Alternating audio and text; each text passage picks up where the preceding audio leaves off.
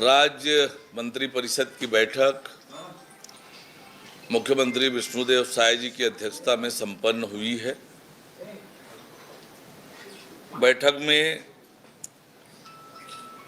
2024-25 के तृतीय अनुपूरक अनुमान का विधानसभा में उपस्थापन के लिए छत्तीसगढ़ विनियोग विधेयक 2025 के प्रारूप का अनुमोदन किया गया। मंत्रिपरिषद द्वारा बजट अनुमान वर्ष 2025-26 का विधानसभा में उपस्थापन के लिए छत्तीसगढ़ विनियोग विधेयक 2025 के प्रारूप का अनुमोदन किया गया। मंत्रिपरिषद द्वारा राज्य के किसानों को नवीन उन्नत किस्मों और गुणवत्ता युक्त बीजों की उपलब्धता सुनिश्चित करने के लिए छत्तीसगढ़ राज्य भंडार क्रय नियम 2002 के नियम 4 में छूट प्रदत्त संस्थाओं की सूची में विस्तार करने का निर्णय लिया गया, जिसके तहत सर्वप्रथम बीज का उपार्जन बीज निगम द्वारा राज्य के पंजीकृत बीज उत्पादक किसानों से किया जाएगा। इसके पश्चात आवश्यकता की पूर्ति के लिए राज्य की बीज उत्पादक सहकारी समितियों, भारत सरकार एवं राज्य सरकार के बीज उत्पादन करने वाले उपक्रमों, नाफेड, मध्य प्रदेश बीज महासंघ की समितियां, भारत सरकार द्वारा विभिन्न योजनाओं में empanelled central nodal seed agency के रूप में चयनित संस्थाओं को बीज निगम द्वारा जारी ऑफर लेटर में से न्यूनतम मूल्य प्रस्तुत करने वाली संस्था या एजेंसी से किया जाएगा। छत्तीसगढ़ लोकतंत्र सेनानी सम्मान विधेयक 2025 के प्रारूप का अनुमोदन किया गया।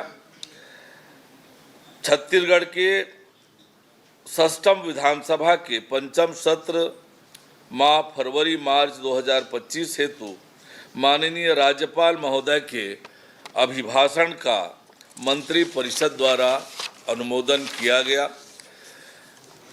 खरीफ विपणन वर्ष 2024-25 के लिए समर्थन मूल्य पर किसानों के उपार्जित धान की शेष राशि का भुगतान करने के लिए छत्तीसगढ़ राज्य विपणन संघ को स्वीकृत अतिरिक्त शासकीय प्रत्याभूति राशि 3,300 करोड़ रुपये की अनुमति का अनुमोदन किया गया।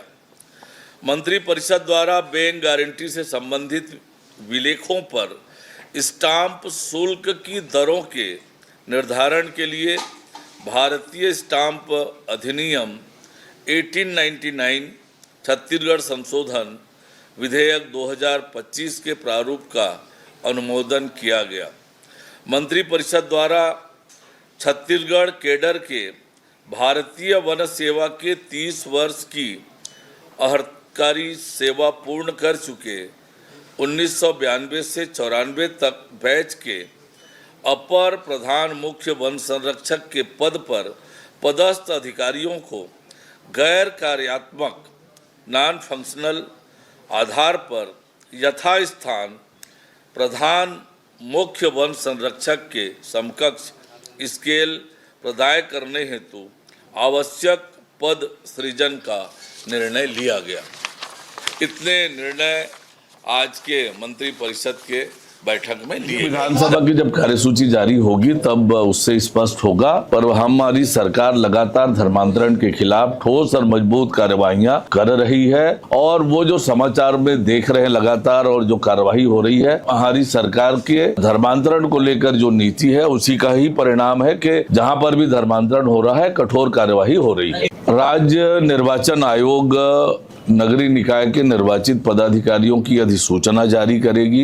अधिसूचना जारी होने के बाद नगर निगमों के जो नियम है उस नियम के हिसाब से 15 दिन में शपथ ग्रहण और सभापति का चुनाव और नगर पालिका नगर पंचायत में 30 दिन के अंदर शपथ ग्रहण और उपाध्यक्ष पद के चुनाव का प्रावधान है। और प्रावधानों के अनुरूप जो है वो आगे की कार्यवाही होगी। पहला काम ये होगा, अभी राज्य निर्वाचन आयोग इसकी अधिसूचना जब भी जारी करेगी, उसके बाद 15 दिन नगर निगम के लिए और 30 दिन नगर पालिका नगर पंचायत के लिए निर्धारित है। उस निर्धारित अवधि में ये आगे की कार्यवाही होगी। देखिए, ये तो कांग्रेस में बदलाव की चर्चा पिछले 1.5 सालों से हम लोग सुन रहे हैं।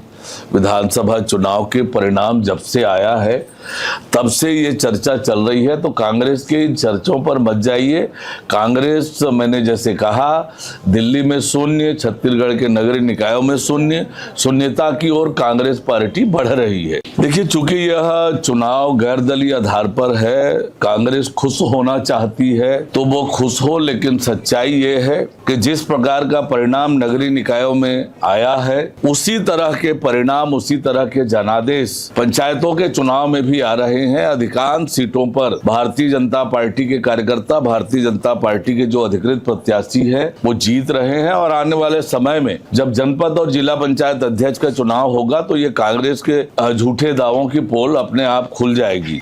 मैंने वही कहा, पहली बात तो ये है कि कांग्रेस का जो दावा है वो झूठा है, निराधार है। कांग्रेस कहीं पर दिखी है पंचायत चुनाव में, मुझे बता दें। और इसलिए कांग्रेस पार्टी मुगालते में है, झूठा दावा कर रही है। जब जनपद अध्यक्ष और जिला पंचायत अध्यक्ष के चुनाव होंगे, कांग्रेस के ये जो दावे हैं वो उसकी पोल खुल जाएगी।